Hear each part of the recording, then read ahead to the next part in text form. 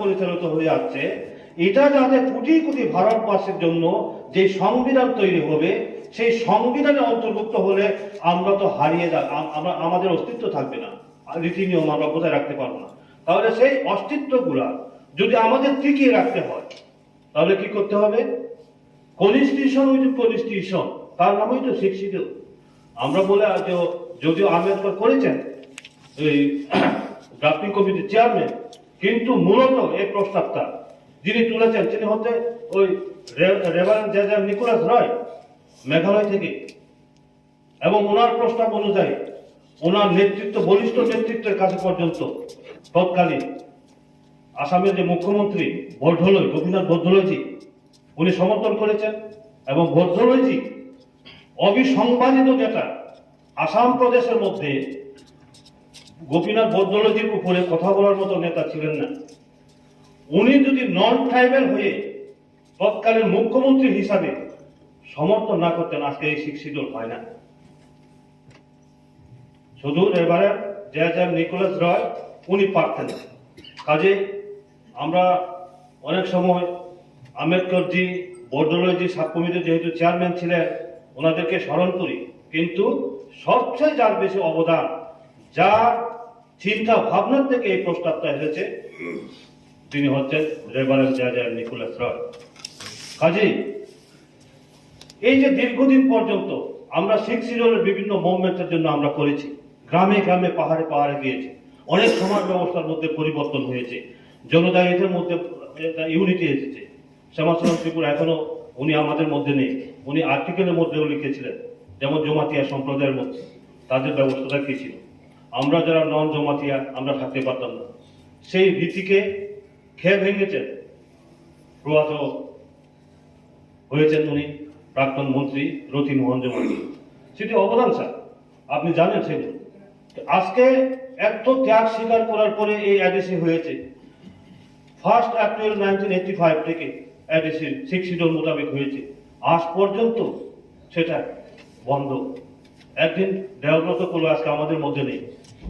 নির্বাচনের পরে মারপিট, দাঙ্গা হাঙ্গামা, মরু অ্যাসেম্বলি কনস্টিটিউয়েন্সিতে আমি আর দেবুদা গিয়েছিলাম, জিজ্ঞেস করলাম, কারণ জিতেন চৌধুরী আপন মামা অমৃত ত্রিপুরা, আপনি জানেন, চিনেন, আমরা সেই একসাথে কাজ করেছি, ওনার গ্রামের পাশেই। এত কষ্ট লেগেছে।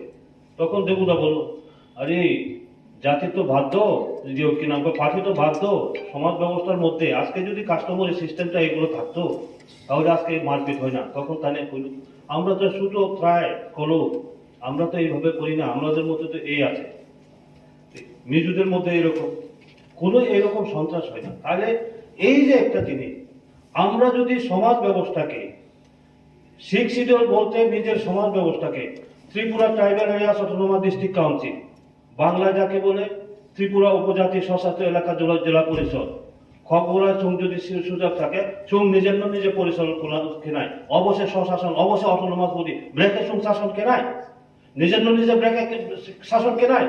যারা জমাতীয় সম্প্রদায় তো নাই, জমাতীয় সমাজ ব্রেকে পরিচালিত নাই, ব্রনি সমাজ ব্যবস্থা পায়, ব্রনি কাস্টমারের লবাইসে পরিচালিত নাই, ব্রু জাতীয় অঙ্কে দিয়াংনি কাস্টমারের লবাইসে পরিচালিত নাই, চাকমা হোক চাকমা বোধে কে চিনি ত্রিপুরা রাজ্য বিশেষ করে আদিবাসী এলাকাও চিনি জাননি সমাজ নিয়ে আইন বাই কাস্টমার সিস্টেম বাই পরিচালিত নাই। কাজেই অবশ্যই বিদ্যুৎ বাবু শাখা কার্বি আংলং ব্রেকে সাতং গাঁওবুড়ার সমাজপতির আর কার্বি আংলং গুয়াহাটি অঞ্চলে দিল্লি অঞ্চলে তোমার ভাই, কারণ গুয়াহাটি অঙ্কে রাজ্য নিয়ে আসাম সরকার নিয়ে আইন পুরো একদম সুজাছে হিসাব, দিল্লি অঙ্কে সেন্ট্রাল গভর্নমেন্ট নিয়ে আইন, চিং আইডিসি এলাকাও চিনি আইন বাইসে চিং পরিচালিত নাই, জান জাতি নি সমাজ নি আইন বাইসে একদম পরিচালিত নাই, বসে অটোনোমাস, বসে স্বশাসিত। কাজী বলো রেসপেক্ট কেটে নাও যারা 14টা জমা রেখা ব্রণ আং ধন্যবাদ দিও অবশ্যই সমাজপতির, কারণ ব্রণ একদম পুরা তৈয়ার খেয়ে অর রেখা এডিসিও কাজে অরণক তিনি বিরোধিতা কেনানি কোনো তুমি আরো। কাজে এই যে অবস্থা, এখন আমরা আমি আশা করব আগামীকালকে আমরা অন্যান্য বিলের সাথে সাথে এইগুলোতে আমরা কিভাবে অতি দ্রুত আমরা করতে পারি এটা চেষ্টা করব। আরো সবচেয়ে বেশি ব্যাপার যেটা এই যে ভিলেজ কাউন্সিল কোর্ট যেটা করব, এখানে আমার মনে হয় আমি কালকে রাত্রে অল্প দেখেছি, আজকে আরো দেখব, ওই যেখানে জুডিশিয়ারি ব্যাপার কোর্ট হবে, বিচার ব্যবস্থা হবে, ওইখানে আমার মনে হয় কতগুলো ট্রাইবসের এই যে কাস্টমারি সিস্টেমটা হয়তো যারা সংখ্যায় কম তারা ওয়ার স্তরীয় বা দুইটা বা তিনটা এরকম দুইটাই আছে গ্রাম স্তরে এবং ইয়েতে, কারণ ছোট ছোট সম্প্রদায়, যেমন আমি কারগম, তারা বোধ হয় একদিন ওই কমলবাবুর সাথে কথা কমল বংশের আমরা আগামীকাল আলোচনা করব।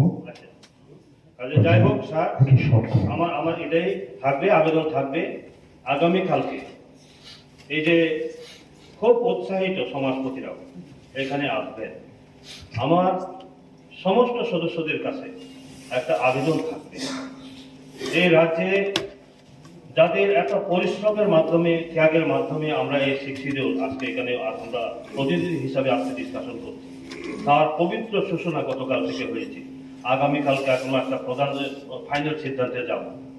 আমি গতকালকেও বলেছি, এখনো আবার বিনম্রভাবে সবার কাছে অনুরোধ রাখবো যে আমরা আগামীকালকে একটা ঐতিহাসিক মুহূর্ত হয়ে থাকবে, যে এখানে আমরা যে সামাজিক যে আইনগুলো সাবমিট হয়েছে তার মধ্যে আলোচনা হবে, আমরা যাতে উভয় পক্ষে সহমতের ভিত্তিতে সেটা এখান থেকে হাউস থেকে অনুমোদন করে নিতে পারি, তার জন্য আবেদন থাকবে।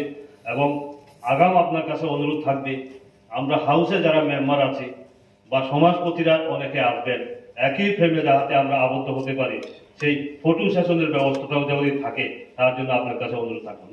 নমস্কার। Honorable EM Education.